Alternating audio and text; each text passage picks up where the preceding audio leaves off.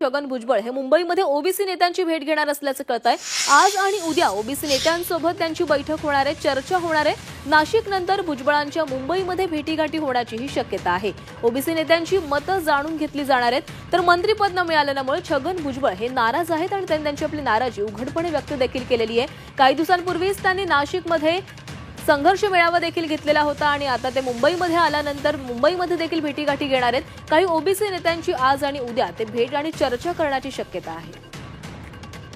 या संदर्भात अधिकचे अपडेट्स घेऊयात आमच्या प्रतिनिधी सीमा आढे यांच्याकडनं। सीमा, छगन भुजबळ आता नाराजी त्यांनी खरं तर आपली उघडपणे व्यक्त केलेली होती, नाशिकमध्ये संघर्ष सभा घेतली, आता मुंबईमध्ये आल्यावर ते ओबीसी नेत्यांच्या भेटी घेणार आहेत, त्यांची मतं जाणून घेणार आहेत।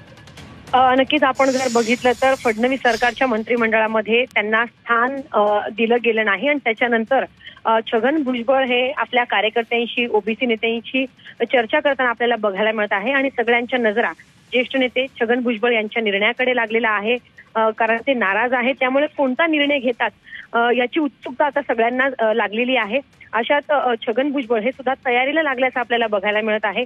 आपण बघितलं तर त्यांच्या मतदारसंघामध्ये असेल, नाशिकमध्ये असेल, त्यांनी संघर्ष मेळावा घेतला, तिकडच्या कार्यकर्त्यांची त्यांनी भावना जाणून घेतली, मतं जाणून घेतली आणि आता जी सूत्रांकडनं जी माहिती मिळत आहे त्यानुसार छगन भुजबळ हे आज आणि उद्या मुंबईमध्ये असतील आणि आज आणि उद्या ओबीसी नेत्यांची ते भेट घेणार आहेत, ओबीसी नेत्यांचं ते मत जाणून घेणार आहेत।